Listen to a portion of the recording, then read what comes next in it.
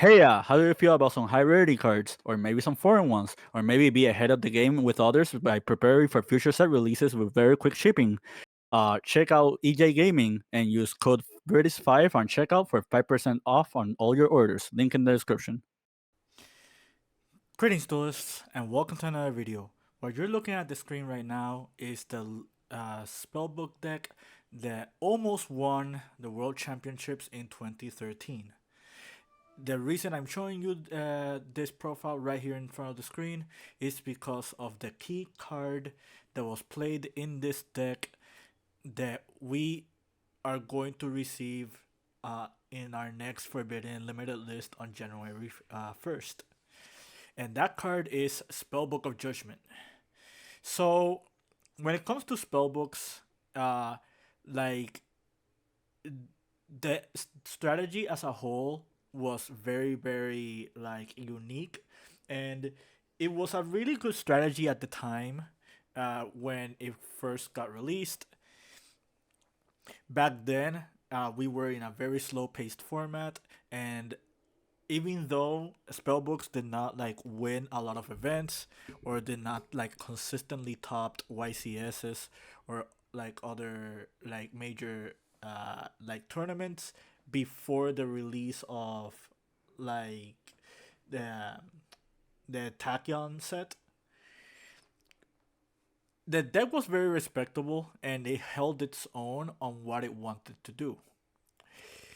And everything changed the moment Spellbook of Judgment like showed up in the game. Spellbook of Judgment was a very strong card for its design. Like, if you did not know what a custom card meant, or like to this day you say some cards are just custom made, this was that feeling back then in 2013. Essentially, like in a very slow paced format, this card was in very ridiculous. It pretty much opened the level of creativity for like spellbook players or like spellcaster decks in general, and it was super quick for people to realize that it was just on a league of its own up until the very first weekend of release of the Lord of the Tachyon Galaxy, which we had the release of the Dragon Rulers, and then Dragon Rulers just became that other archetype that just fought alongside spellbooks. So what you're seeing here in the screen is my last iteration of spellbooks. This was the last thing I did with the deck and the archetype before now. And if you look at the screen, you notice that you know there are a couple of monsters and there's a bunch of spell cards and then there's a bunch of track cards. This is very similar to what happened back when I played the Dragonity Ruler deck like in 2013, but this was a little bit later. This was in 2014. That was right after like Spellbook of Judgment became forbidden.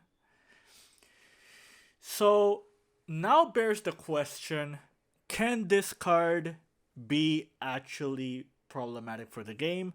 Or is the format already at a pace where this card has already been power crept? For people who already know, this card was already limited for the past one or two formats, and it has not done anything since then. This card is also unlimited in Master Duel, meaning that any deck that wants to play Spellbooks pretty much has this at full power with all the copies of Spellbook of Judgment. So, what I'm going to say is, I think this concept or this strategy as a whole has been power crept. However, uh, Spellbooks is a strategy that works with just spellcaster monsters in general, and even though the spellbook theme itself has been power crept, same way with dragon rulers. we've been receiving more and more spellcasters in the recent years that are just good as their own strategy, or they're good as part of a strategy, meaning that in the very good creative hands, like somebody can craft a deck involving these spellbook cards and maybe do something with them. Because at the end of the day, spellbooks as a concept or as its own theme or archetype might be powercrept, but some of these cards are still really good as part of utility. Like very similarity to this would be Runic.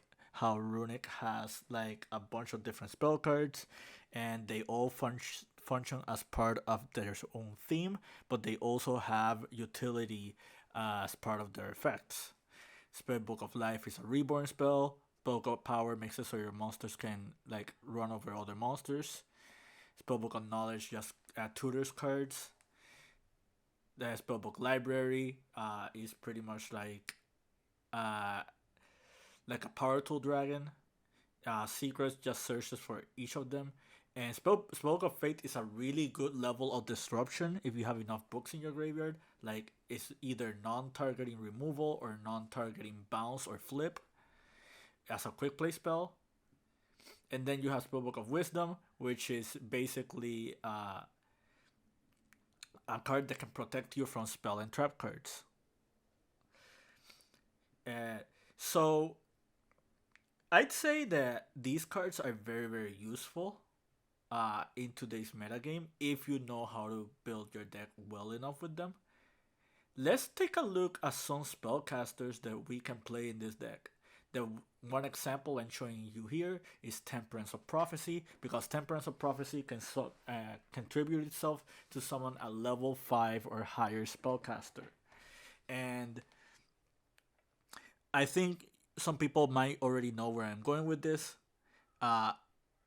Below the Temperance of Prophecy, I'm going to be showing you a bunch of different spellcaster monsters that can be utilized or can be played as part of the spellbook theme, or use the spellbooks alongside those monsters.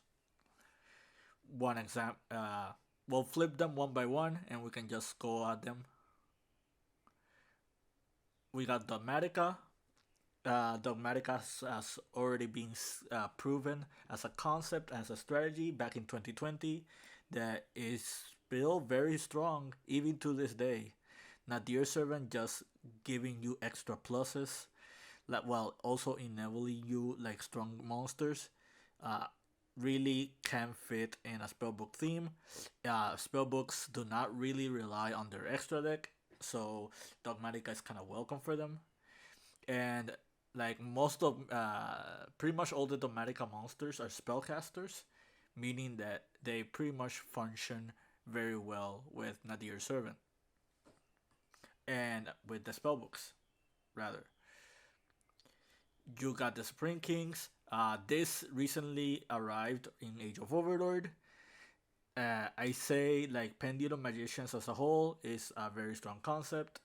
Like, it hasn't been proven in the TCG as of yet, like super effectively. However, in the OCG, it has been topping as a strategy, like fairly consistently, at least to some degree. So uh, I would say, despite us not having heavy metal False Electromite, I say Pendulums still have a shot in this metagame, or at least in this future metagame that we're about to reach, under the right hands. You have the Witchcrafter monsters, which also is a concept that's very strange, but it's actually very adaptive to spellcasters, because same way you have utility in spellbooks, you have utility in your witchcrafter spells, and some of them are actually really good cards against like your opponent, or you can just use it as a hybrid between both spells, and you just like get almost infinite resources. The last monster I'm going to show is like the most popular one, and a lot of people are actually playing it right now, and that is the Diabellestar. Diabellestar the Black Witch is a spellcaster monster, and she does have simple spoils in her arsenal that actually work with spellcaster monsters. So just having a monster that you have the ability to summon from your deck that actually like works well with the theme and actually has a natural fit with your spellbooks is actually very strong. And if you play cards like the Wanted Seeker of Sinful Spoils, as well as like the other Sinful Spoil cards, cards like the original Snake Eye and the Snake Eye spell, you have enough ways to get enough like numbers to resolve a Spellbook of Judgment like during the end phase. Now that you saw like all the targets for Temperance, take note, I'm only showing you targets from Temperance. Now I'm going to show you like a lot of other things that you can pair up with the spellbooks that can pretty much just fit as a theme. Let's open the deck. You have the Spiritual Art with the Charmer monsters. You have the Altergeist engine. If you have seen my Valence deck profile by now, you already know where I'm going with this.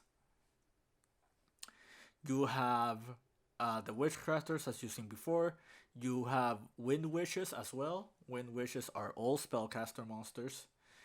And again, you're not really hard pressed for the extra deck when you're playing spellbooks. Like there's no like real spellbook card that actually is important with the extra deck outside of like one or two few XYZs that you really just don't run in the strategy. You have the fairy tale monsters like Luna. You have monsters like Blazing Cartesia, the Virtuous. Grangwin Null is also a spellcaster. You have Alistair the Invoker, which can fuse you into like other monsters, and Alistair is a spellcaster. You have the Magician Girls, and this is just like very very few examples. I still think to this day, summoning Jaugen and adding 5 to 6 cards in your hand, is a potent strategy. There are reasons why cards like the Barrier Statue of the Stormwinds is gone from the game. Like, if you see a successful strategy that just locks out your opponent from like doing special summons or just doing summons in general and is fairly consistent, that deck or archetype or like that strategy is going to be addressed in some way. But yeah, like this is pretty much it. I can go all day long and just talk about like what other spellcaster themes can fit in this deck, but I think it's just going to become like hours and hours of like just explanation. I mainly just wanted to show you guys like observations that I made because I already know that one of the Spellbook of Judgment is one of the cards that not many people are looking into. It is a card that has been gone from the game for like around a decade, and a lot in the game changes and probably makes this card pretty much power crept. However, that's not to say that there is no level of creativity and innovation that people can figure out with this. Alongside Spellbook of Judgment, we just have a lot of spell cards that were like brought back or like unlimited and just got unreleased. So that's pretty much a way of Konami telling you that there is nothing wrong with just trying to make a spell dedicated deck and just make it work. But yeah, that's pretty much it from me. I hope you found this informative and to your liking and understanding. More videos coming soon. Keep practicing and keep dueling.